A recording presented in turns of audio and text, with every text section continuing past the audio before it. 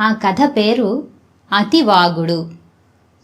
ఒక ఊళ్ళో ఒక ధనికుడికి గౌరీ అనే కూతురు ఉంది.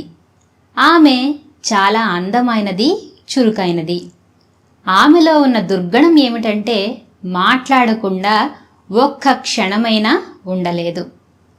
అతివాగుడు అనర్థదాయకమని తల్లి ఎంత చెప్పినా గౌరి తలకెక్కేది కాదు.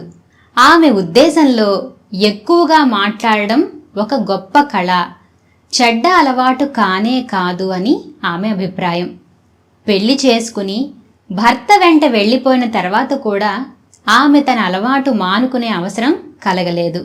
ఎందుకంటే ఆమె పొరుగున ఆమె వంటి వారే మరో నలుగురు ఉన్నారు. గౌరి భర్తలాగే వారి భర్తలు కూడా రాజుగారి కొలువులో ఉద్యోగాలు చేస్తున్నారు. వాళ్ళు వెళ్ళగానే ఆడవాళ్ళందరూ చేరి కబుర్లు మొదలుపెట్టేవారు.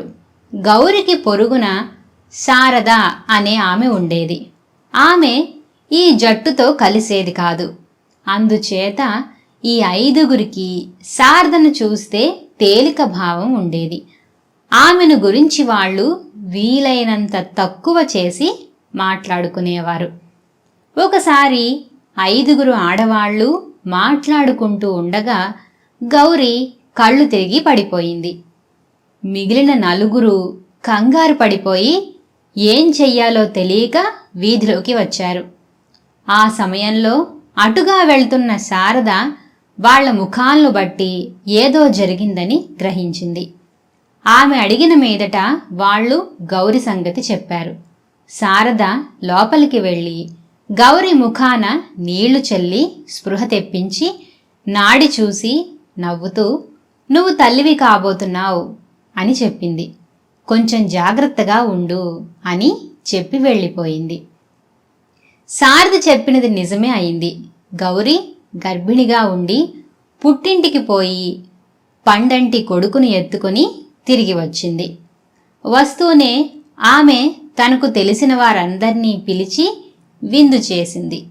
అందరూ ఏవేవో బహుమతులు తెచ్చి ఇచ్చారు. అన్ని బహుమతుల కన్నా శారద తెచ్చిన బహుమానం గౌరిని ఎక్కువ ఆకర్షించింది. శారద తన కొడుక్కి సరిపోయే ఉన్ని దుస్తులు తెచ్చింది. వాటిని శారద స్వయంగా తయారు చేసిందని తెలిసి గౌరి ఆశ్చర్యపోయింది. మర్నాడు గౌరి మిగిలిన ఆడవాళ్లతో ఈ మాట చెప్పినప్పుడు వాళ్ళు, "ఉన్ని దుస్తులు అల్లడం బ్రహ్మ విద్యేం కాదు.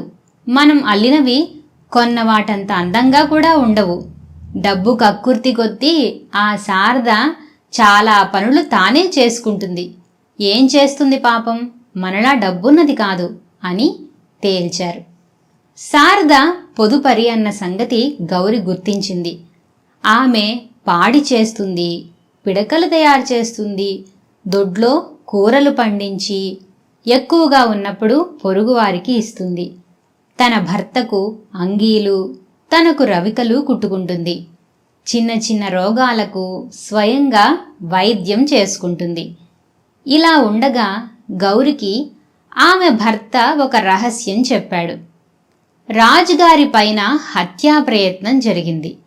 ఈ పరమ రహస్యం తనకు తెలిసినందుకు గర్వపడుతూ గౌరి భర్త దాన్ని ఎవ్వరికీ చెప్పవద్దని భార్యను హెచ్చరించాడు. అయితే ఈ రహస్యం గౌరి నోట 2 రోజుల కన్నా దాగలేదు. 3వ నాడు ఆమె ఈ రహస్యాన్ని తన స్నేహితురాళ్లకు చెప్పి దాన్ని మరెవరికీ చెప్పవద్దని కోరింది. అదే షరతు మీద వాళ్ళు మరికొంతమందికి ఆ రహస్యాన్ని చెప్పారు.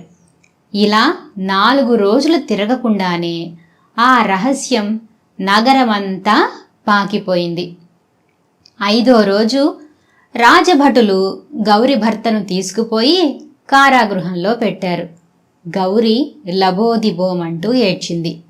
అందువల్ల ప్రయోజనం లేకపోయింది. ఆమె భర్త రాజుగారి ఆగ్రహానికి పాత్రుడయ్యేసరికి అందరూ ఆమెను చూడ్డానికి కూడా భయపడేవారు. అయితే ఈ సంగతి తెలియగానే శారద గౌరిని చూడవచ్చి తాను చేతనైన సహాయం చేస్తానని హామీ ఇచ్చి గౌరికి కాస్త ధైర్యం చెప్పింది. ఆమె తన ఇంటికి వెళ్ళి తన భర్తతో జరిగిందంతా చెప్పి గౌరి భర్తను కాపాడేందుకు ఒక మార్గం కూడా సూచించింది. శారద భర్త రాజును చూడబోయాడు. రాజు తన రహస్యం బయటపడినందుకు చాలా కోపంగా ఉన్నాడు. అందుచేత ఆయన గౌరి భర్తను రాజద్రోహిగా పరిగణించి అతనికి మరణశిక్ష గాని దేశ బహిష్కరణ గాని విధించే ఉద్దేశంలో ఉన్నాడు. శారద భర్తను చూడగానే రాజు ఏమిటి పని అని చిరాకుగా అడిగాడు. మహారాజా, ఒక దొంగ కేవలము డబ్బు కోసమే ఒక ఇంట దొంగతనం చేశాడనుకోండి, వాడు దొంగిలించిన సంచిలో డబ్బు మాత్రమే ఉంటే వాడు మామూలు దొంగ అవుతాడు. అందులో రహస్య రాజకీయ పత్రాలు కూడా ఉంటే రాజద్రోహి అవుతాడు. నిజం ఎలా తెలుసుకోవడం అని శారద భర్త అడిగాడు. ఈ మాట ఎందుకు చెబుతున్నావు అని రాజు అడిగాడు. మీరు రాజద్రోహి అనుకునే వ్యక్తి నిజంగా రాజద్రోహి కాడు. అతను తన భార్యను నమ్మి రహస్యం చెప్పాడు. ఆమెకు అతిగా మాట్లాడే అలవాటు ఉండడం వల్ల ఆ రహస్యాన్ని దాచలేకపోయింది అన్నాడు శారద భర్త. నేను నమ్మను. ఎంత అతిగా మాట్లాడేవారైనా రహస్యాన్ని దాచలేకపోతారా అన్నాడు రాజు. తమరు మన్నించేటట్టుంటే సాహసించి ఒక సూచన చేస్తాను. మహారాణి గారికి ఏదైనా రహస్యం చెప్పి చూడండి. మీరు పరీక్ష చేస్తున్నట్టు ఎవ్వరికీ తెలియనివ్వక 4 రోజులు వేచి చూడండి అన్నాడు శారద భర్త. అతని మాటల్లో కొంత సబబు ఉన్నట్టు తోచి రాజు అతను చెప్పినట్టే చేశాడు. మహారాణికి కూడా అతిగా వాగే దురలవాటు ఉన్న సంగతి అందరికీ తెలుసు. రాజు తన తప్పు గుర్తించి గౌరి భర్తను చెర విడిపిస్తూ భార్య విషయంలో జాగ్రత్తగా ఉండమని హెచ్చరించాడు. అంతేగాక అతివాగుడు వల్ల కలిగే అనర్థాలను గురించి శిలా శాసనాలు దేశమంతటా వేయించాడు. తన భర్తకు విముక్తి కలిగాక గౌరి శారదకు ఎన్నో విధాలుగా కృతజ్ఞతలు చెప్పుకొని, నువ్వు నాకు ఎన్నో ఉపకారాలు చేసినా కూడా మేం నిన్ను గురించి నిందాపూర్వకంగా మాట్లాడుకోవడం మానలేదు, ఎందువల్ల అంటావు అని అడిగింది. అతిగా మాట్లాడడమే అందుకు కారణం. మాట్లాడడానికి ఏదో ఒక విషయం కావాలి కదా.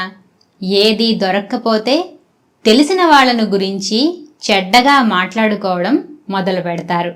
అందువల్ల అకారణంగా ద్వేషాలు పెరుగుతాయి అంది శారద.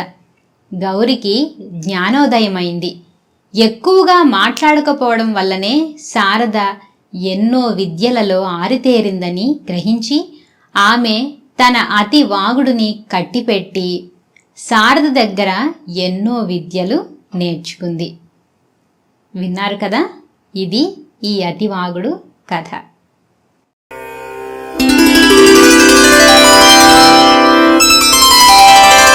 చందమామ కథ.